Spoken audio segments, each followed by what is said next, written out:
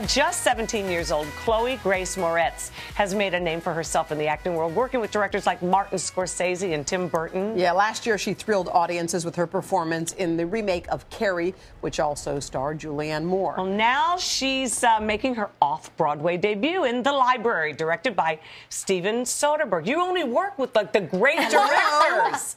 How are you? I'm good. How are you guys? We're good. So this is brand new. This is brand new. How are you feeling? It's great. It's amazing. It's really interesting to do something fresh and new that's never been done before because in the rehearsal process, we had a lot of change. I mean, we had new scenes every day, whereas a lot of the people that I was working with do like Hamlet and, amazing Shakespearean pieces that don't really change. So it's interesting to have this kind of live production where you're always learning something from it, and we're all kind of and you're creating it together in this sense, right? Which is interesting and spontaneous. Tell us about your role, because you usually play these sort of dark roles in movies. And you're such a bubbly, effervescent young lady. But I think because I am a very happy person, I like to play like these darker characters because it's real acting for me, because it's very opposite of who I am.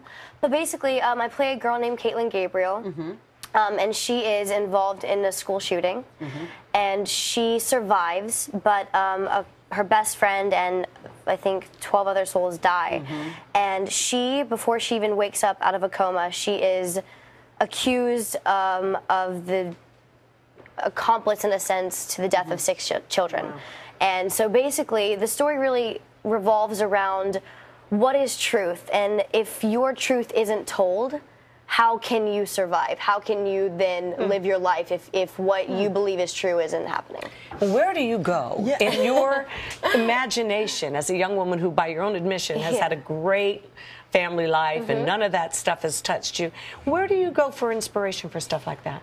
In that sense, it's really just acting, and it really is finding things that you can grasp onto, because at the end of the day, it is a fictionalized story, so I don't want to get too real about it, but we've gotten a lot of information from Columbine, and a lot of it is based on that, and I've done a lot of research through that, and I've talked to a survivor, and she's been an amazing help for me, and she's really helped me through this process, and I want to be as true to it, and honestly, I want to do this play to be the voice of the victims. You know what I mean? Because that's never who's told in these shootings. Yeah, it's always about the shooter. It's about the shooter, but we never hear what the victims are going through. I can't believe you're 17.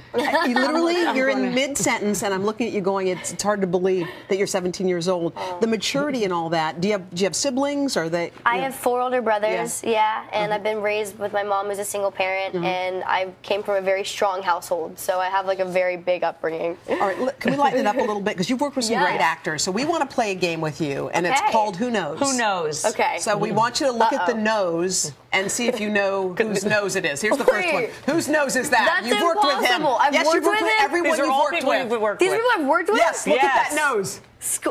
Is it Time's up. Scorsese? No, it is Alec Baldwin's nose. Oh my gosh. All right, we're going to give you an easier one. She didn't have love scenes with Okay. All right, all right, next. Wait, we got to do this one. I wonder. Oh, wait. Julianne Moore. Yes. Hey. We have time for another one. Oh. Ooh. Whoa. Oh. All right, here. Last one. Okay. The nose. 5 seconds.